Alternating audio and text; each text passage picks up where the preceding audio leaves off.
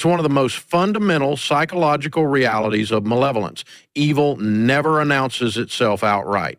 It doesn't stride into the room with red skin and horns. It walks in with a clipboard, a cause, a smile. Evil doesn't begin with violence. It begins with virtue, or rather the imitation of it. You see this in totalitarian regimes, in the gulags of Stalin's Russia, in the concentration camps of Nazi Germany. These weren't societies that declared, "Let us now descend into hell." No. They said, "Let us build heaven on earth." They said, "We will do what is necessary for the greater good." They said, "We are on the right side of history." That's how evil begins, with the justification.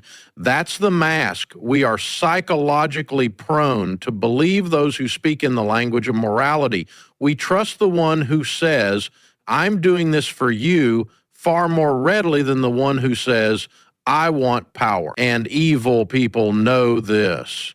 They weaponize our social instincts, our empathy, our desire for safety, our need for belonging, and they use it as camouflage. This is why the most dangerous people are not the ones who commit acts of violence in alleys. They're the ones who do it in boardrooms, behind podiums, or under the banner of some higher cause. The tyrant doesn't say, "I'll crush your soul." He says, "I'll protect you from those dangerous." The manipulator doesn't say, "I want to control you." She says, "I care about you. Let me help." Evil understands that moral language is a tool. It is a Trojan horse. And once it's in, it begins its real work: distortion, domination, decay. Philosophers and psychologists have tried to grapple with this. Hannah Arendt coined the term "the banality of evil" after observing the trial of Adolf Eichmann, one of the architects of the Holocaust. What struck her wasn't the presence of some monstrous satanic being. No, Eichmann was disturbingly normal. He wasn't foaming at the mouth. He wasn't even particularly angry. He was polite. He wore a suit. He was, by all appearances, sane. And he said he was just doing his duty. That's the horrifying thing about evil. It can look like you, like me, like the clerk next door, and it believes it's good. That's the final trick. Evil doesn't just disguise itself for us, it disguises itself for itself. It tells itself a story in which it is the hero. That's what makes it so dangerous.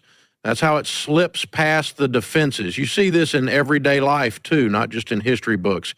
You'll encounter people who operate with manipulative precision, but always under the guise of care.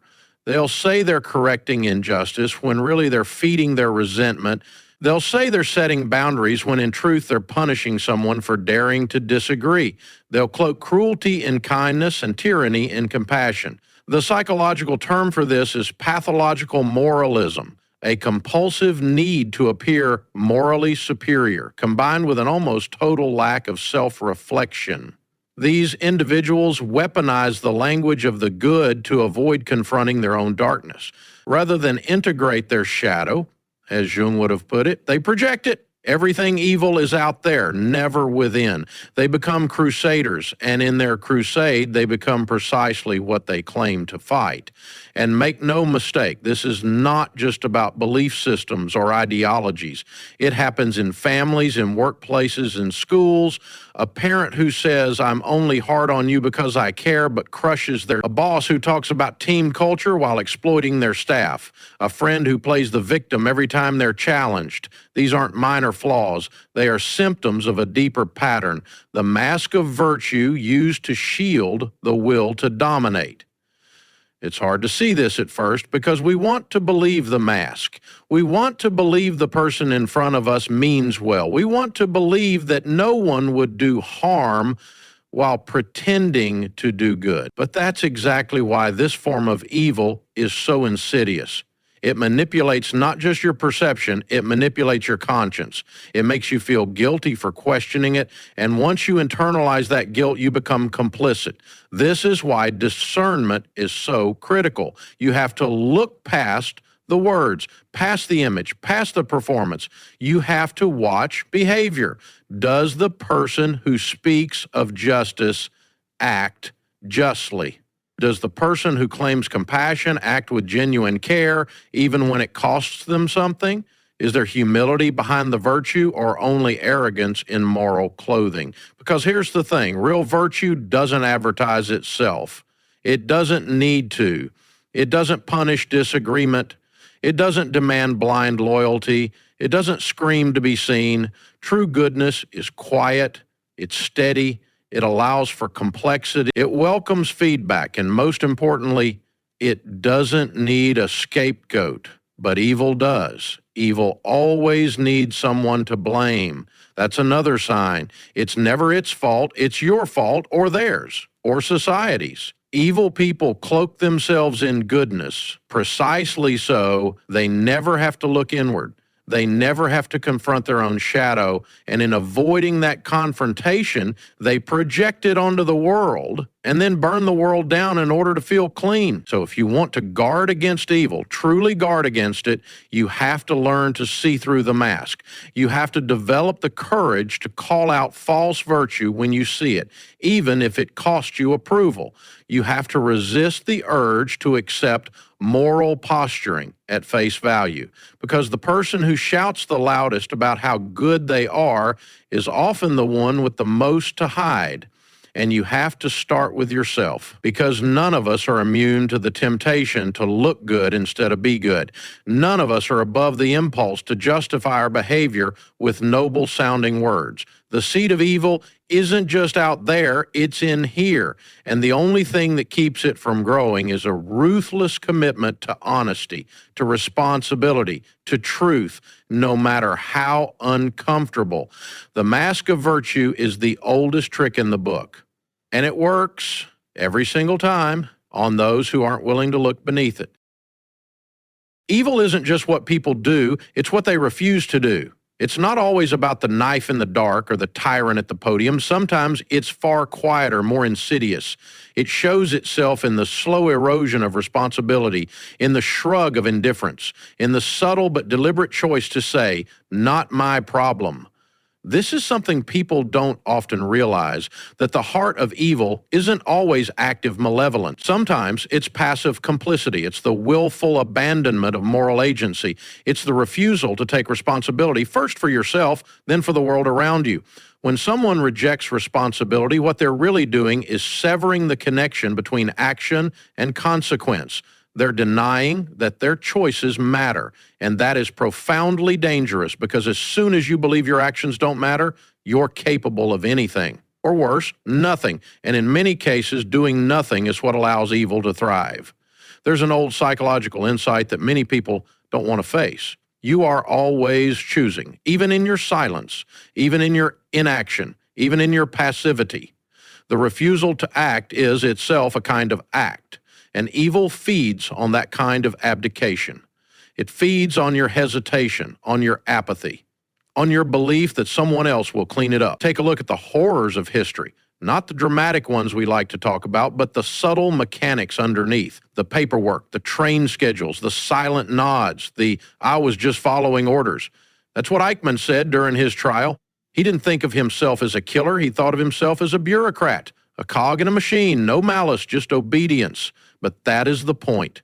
That's where evil roots itself, in the man who refuses to take responsibility for what he is participating in. And you might say, well, that's history. I'm not part of that. But that mindset, that shrug, that refusal, that's everywhere today. It's in the way people treat their relationships, their work, their health, their values, their children. It's not my fault. That's just the way I am. I didn't choose this. No responsibility, no ownership, and underneath it often a smoldering bitterness, a desire for things to change but without the willingness to lift a finger. This is the psychological mechanism by which evil people operate. They externalize the burden of consequence. They make everything someone else's fault. If something goes wrong, it's your problem. If they hurt you, you provoked it. If the system is broken, it wasn't them who broke it. They're just trying to get by. Always deflection, always evasion. You can't build anything on that kind of foundation. Not a life, not a society, not a soul. Carl Jung warned about this. He spoke of the shadow, the parts of ourselves we deny, repress, or project onto others. When people reject responsibility, they project their darkness outward. They see the evil in the world, but never in themselves. That's how you get mobs. That's how you get scapegoats. That's how you get people who will tear another person down for a mistake they themselves make in secret, because it's easier, far easier, to destroy someone else than to confront your own inadequacy. It's easier to say that person is the problem than to say, maybe I'm not living the way I should. But without that confrontation, without responsibility, there is no transformation. And in the absence of transformation, the soul begins to rot. That rot, when left unchecked, becomes evil. You can see this at the micro level, too, in personal relationships. How many people blame their partner for everything wrong in their lives? How many parents offload their unresolved trauma onto their children because they never took responsibility for their pain? How many leaders destroy trust and integrity because they refuse to say, this was my fault? And how often do we, each of us, do the same thing in smaller ways? Justify, rationalize, point fingers. It's not just a character flaw, it's a doorway. And once you walk through it, you open yourself to every form of self-deception. You'll lie to yourself, you'll lie to others. You'll cut off the parts of your psyche that scream for integrity, and eventually you'll stop hearing the screams altogether. This is where evil solidifies. In the moment when a person decides that the cost of being responsible is too high and that it's someone else's job to carry the burden. But here's the paradox. The longer you avoid responsibility, the heavier it becomes. The weight doesn't disappear, it just shifts to other people, to your family, your friends, your community. Someone will bear the consequences of your choices. The only question is whether it will be you or someone you claim to care about. So what does it mean to take responsibility? It means telling the truth, even when it's uncomfortable. It means admitting fault, even when it bruises your ego. It means acting decisively, honestly, even when it would be easier to let things slide. It's not a one-time event. It's a discipline. It's a way of living. It's the only antidote to the chaos that lies just beneath the surface of every single life. And when someone refuses that discipline, when they consistently deflect, deny, and diminish their role in the unfolding of their life, they set the stage for destruction. Sometimes that destruction is internal, depression, addiction, alienation. Other times, it spills outward, broken relationships, ruined institutions, even violence. And the evil person, they will never say, I chose this.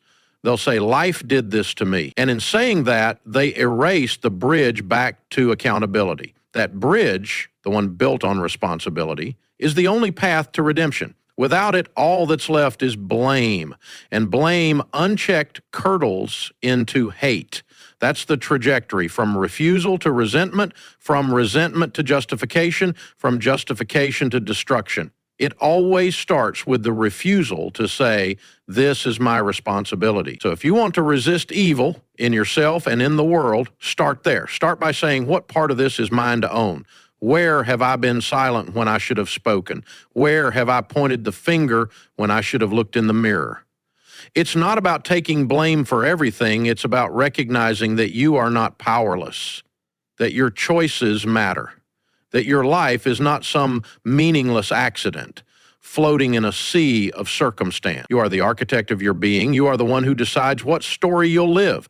Responsibility is heavy, but it's also the only thing that gives your life weight in the best possible sense, meaning, direction, purpose. And when you abandon that, you don't just lose those things, you create space for evil to enter. Because if you won't steer the ship, something else will. And what steers a rudderless life is usually not good.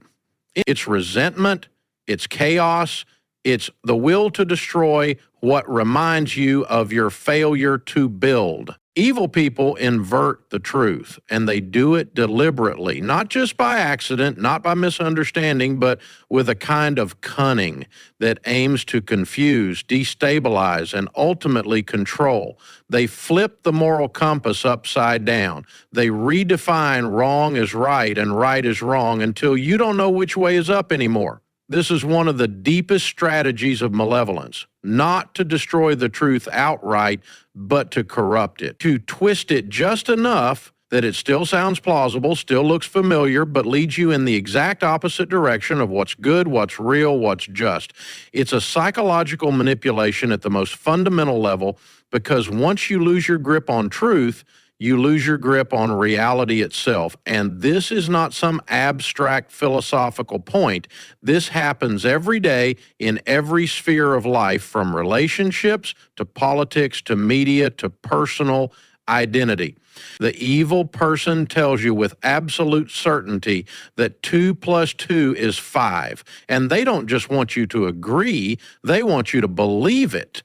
They want you to doubt your own eyes, your own mind, your own moral instinct, because once you've surrendered your grip on the truth, you've surrendered yourself. This is what George Orwell was trying to show us in 1984, not just that totalitarianism is oppressive, but that its deepest goal is to destroy objective truth, to control not just behavior, but perception. The tyrant doesn't just want to silence your speech, he wants to colonize your thoughts. He wants to break your confidence in what you know to be true so that you become dependent on him for your sense of reality. That's not just a political tactic, it's a psychological one, and it happens all the time in toxic relationships. A partner lies, cheats, manipulates, and then insists with a straight face that you're the one with the problem. They'll say you're overreacting, too sensitive, imagining things. They'll make you question your memory, your judgment, your sanity. It's called gaslighting. And it's not just abusive, it's evil, because it's not about disagreement. It's about domination through confusion. It's the weaponization of lies to fracture someone's identity. Evil people understand this intuitively. They may not articulate it, but they act it out. They know that if they can muddy the waters, if they can introduce just enough distortion, they can disarm you. You won't know what to fight. You'll be stuck in ambiguity, unable to act decisively because you no longer trust your inner compass. Now, why is this so powerful? Because as human beings, we are deeply oriented toward meaning. We need coherence. We need a sense that what we perceive is real, that our moral instincts are valid, that truth exists, even if it's difficult to articulate or grasp fully. When that foundation is undermined, we become anxious, fragmented, and dependent on external authorities to tell us what to believe. That's the ideal environment for evil to flourish. This is where postmodernism, despite its valuable insights, has done real damage. When everything becomes a narrative, when truth is reduced to perspective, when moral claims are treated as mere expressions of power, then all that's left is manipulation. Whoever controls the language controls the perception, and whoever controls perception controls you. Evil people exploit this with terrifying skill. They redefine words. They weaponize compassion. They use language not to clarify, but to obscure. Think about how many times phrases like safety, freedom, or justice have been co-opted to justify censorship, coercion, or outright violence. That's not just bad policy. That's a fundamental inversion of the moral order. But it starts small. It starts in your own mind. The moment you begin to accept lies, especially ones that make your life more comfortable, you begin the descent, because lies, even the small ones, have a way of compounding. They create falsehoods that need other falsehoods to sustain them. And before long, you're living in a web of deception, not just believing lies, but being one. Alexander Solzhenitsyn, who survived the Soviet gulags, put it with brutal clarity: let the lie come into the world, even dominate the world, but not through me. That's the line. That's where you must draw it, because once you participate in the lie, even passively, you become its agent. You become the tool through which evil propagates. Now, this isn't a call for arrogance. This isn't about declaring yourself the sole arbiter of truth, but it is a call for vigilance, for courage, for the discipline to seek truth diligently, to speak it carefully, and to stand by it even when it's unpopular, especially when it's unpopular. Truth is not merely a set of facts. It's an orientation of the soul. It's the alignment of your words, your thoughts, and your actions with what is real. And evil people hate that. They fear it because truth has a power that no amount of manipulation can match. Truth doesn't need to shout. It doesn't need to coerce. It stands on its own. And in doing so, it exposes every falsehood it touches. You can see the pattern clearly. Evil begins by lying to itself. It says, I'm justified. I'm the victim. I deserve this. Then it lies to others. It manipulates, it distorts, and finally it demands that you lie too, that you deny what you see, what you know, what you feel. It wants your compliance, and it will punish your refusal. That's why truth tellers are so often persecuted, not because they're wrong, but because they're right. And being right in a system built on lies is dangerous. It destabilizes everything. It's a threat to the entire structure, but that's exactly why it's necessary. Every act of truth-telling is an act of resistance against the machinery of evil. It's a way of reclaiming your soul, of saying, I will not participate in the inversion of reality. I will not say 2 + 2 is 5. I will not betray my conscience to fit in.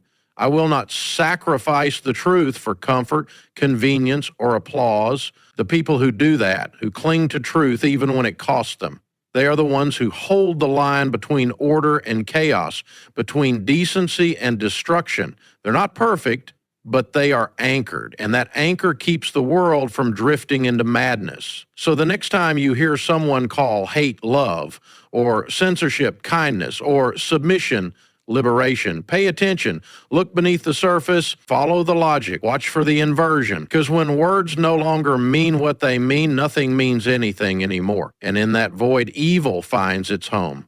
Don't let that happen. Don't trade truth for safety. Don't dilute what you know to be real, because if you lose the truth, you lose everything. And if you hold on to it, no matter how hard that is, you become the kind of person evil can't deceive, can't dominate, and can't destroy. One of the most consistent patterns you see in truly malevolent people, people who act as conduits of destruction, is that they delight in chaos. Not just tolerate it, not just occasionally cause it. They enjoy it. It energizes them. It gives them a sense of power. And that should terrify you. This isn't the kind of chaos that comes from honest error or natural disaster. No. This is the kind that is willed into existence. Chaos in this case is weaponized. It becomes a strategy, because where there is chaos, there is confusion. And where there is confusion, there is opportunity for control, for manipulation, for domination. Evil people understand, often instinctively, that if you can destabilize a person's sense of order, if you can break their routines, fracture their relationships, make them doubt what's stable and good, you can get inside them. You can plant seeds of self-doubt. You can make them malleable, because people in chaos are searching desperately for something to hold on to. And the person who caused that chaos can conveniently offer themselves as the solution. That's the trick. Create the fire, then pretend to be the fireman. You see this all the time in abusive relationships. One partner causes emotional turmoil, lies, betrayal, inconsistency, and then swoops in with apologies, with brief moments of tenderness, with promises of stability, but only after the damage is done. It's a cycle. First break them, then rescue them over and over until the victim no longer knows which version of reality is real, the peaceful one or the destructive one. And that uncertainty becomes the prison. But this isn't just personal. It plays out at the cultural level too. Evil ideologues thrive on chaos. Revolutionaries who don't care what they destroy as long as they seize the ruins, leaders who intentionally fracture the moral fabric of society, not to build something better, but to rule over the confusion. They defund the pillars of structure, family, tradition, law, faith, not because they've got something superior to offer, but because they know that when people are disoriented, they're easier to manipulate. And we have to be clear about something here. Order is not the enemy. In fact, the tension between chaos and order is what gives life its structure. Too much order becomes tyranny. Too much chaos becomes anarchy. But evil people push things deliberately into excessive chaos. They don't want freedom, they want disintegration, because when everything is broken, when nothing is sacred or solid, they can rebuild the world in their own twisted image. Or worse, keep it broken so that they remain in control. This is deeply psychological. At the core of the evil person who sows chaos is a fractured soul, someone who refuses to integrate their own inner disorder. And rather than confront the dragons inside themselves, they unleash dragons into the lives of others. They burn the village so they don't have to face the burning inside their own conscience. That's projection at its darkest. It's the externalization of inner torment turned violent and strategic. Carl Jung understood this. He warned of what he called the possession by unconscious forces, the shadow that takes over when a person refuses to confront the darker parts of themselves. And once that shadow dominates, the person begins to act out destruction, not randomly, but purposefully. They become agents of entropy, of unmaking. And here's the most frightening part. They often appear charming. They may present themselves as liberators, as free thinkers, as iconoclasts. They'll talk about tearing down systems, about breaking norms, about challenging the status quo. And sometimes that language is valid when used by the wise, the grounded, the genuinely moral. But in the hands of the malevolent, it's just camouflage, a justification for chaos disguised as virtue. It takes discernment to tell the difference. And that's why you must pay attention, not just to what people say, but to the consequences of their actions. Are they building or are they breaking? Are they creating structure or undermining it? Are they guiding people toward clarity or seducing them into confusion? That's the line. That's how you know. And don't think you're immune. You're not. None of us are. Because chaos is seductive. It has a kind of thrilling energy. It's easy to be pulled into the excitement of destruction, especially when the old order is flawed, especially when anger feels justified. But there is a difference between righteous change and gleeful obliteration. And if you can't see that, you risk becoming the very thing you're trying to resist. So how do you protect yourself from this kind of evil? First, you have to stabilize your own life. You have to reduce the chaos in your own domain, clean your room, organize your thoughts, strengthen your relationships, take responsibility, because the more internal order you have, the less susceptible you are to external disorientation. Second, you must cultivate discernment. You need to learn how to recognize the signs of chaotic intent, erratic behavior masked as creativity, destructive ideologies dressed up as liberation, people who seem to need conflict to feel alive. These are not signs of a healthy soul. They are signs of someone who feeds off entropy, who needs disorder because they've never made peace with themselves. And third, you need courage, because confronting chaos, whether in yourself or in others, requires moral backbone. It means saying no when everyone else says yes. It means speaking truth into confusion, even if your voice shakes. It means drawing boundaries with people who thrive on drama and refusing to let them dictate the tone of your life. This is the calling of every person who wants to resist evil. Not to eliminate chaos entirely, that's impossible, but to channel it, to confront it, to shape it into something meaningful rather than something destructive. Because when chaos is unchecked, it becomes a breeding ground for malevolence. But when it's faced with integrity, it becomes the raw material for growth. We live in a time where the lines are blurring, where chaos is being celebrated as freedom, where confusion is passed off as complexity, where destruction is paraded as justice. But make no mistake, when evil people delight in chaos, they are not serving progress. They are serving themselves. They are dismantling the scaffolding of civilization under the banner of liberation, and if we don't see it for what it is, we will join them, willingly or not, in the dance of disintegration. So you have to choose. Will you be a stabilizing force or a destabilizing one? Will you bring clarity or feed confusion? Will you build something lasting or tear down what little remains? The answer to that question is what determines not only the direction of your life, but the future of the world you inhabit. Because when you refuse to delight in chaos, you don't just resist evil, you help restore order.